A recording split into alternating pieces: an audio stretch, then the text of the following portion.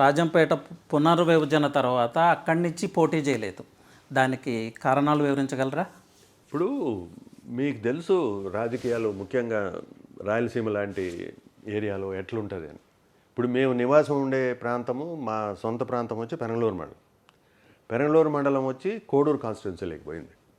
ఇప్పుడు ఒకసారి మనకు అన్ని రకాల ఒక జీవితకాలం మా వెనకుండి మమ్మల్ని వెన్నుతట్టి ప్రోత్సహించిన మండలము ఒకసారి డీలిమిటేషన్లో పక్కకు జరిగిన తర్వాత రాజంపేటలో క్రియాశీలకంగా కొనసాగడం అంత భావ్యం కాదు, అంత మాకుండే వాల్యూస్కి అంత మంచిది కాదు అనే ఒక ఆలోచనలోనే రాజశేఖర రెడ్డి గారు నేను అంత త్వరగా వారు చనిపోతారని మేము ఊహించలేదు, నేనున్నాను మీకెందుకు, మీ ఇష్టం అంటే మీ ఇష్టం అండి, మీరు ఎలా చేస్తే అలా ముందుకు పోతాము అనే టైప్లోనే మనము ఏ రోజు కాసింత నిష్ఠూరం చూపించకుండా సంతోషంగానే వైదొలిగినాం రాజకీయాల నుంచి, క్రియాశీలక రాజకీయాల్లో.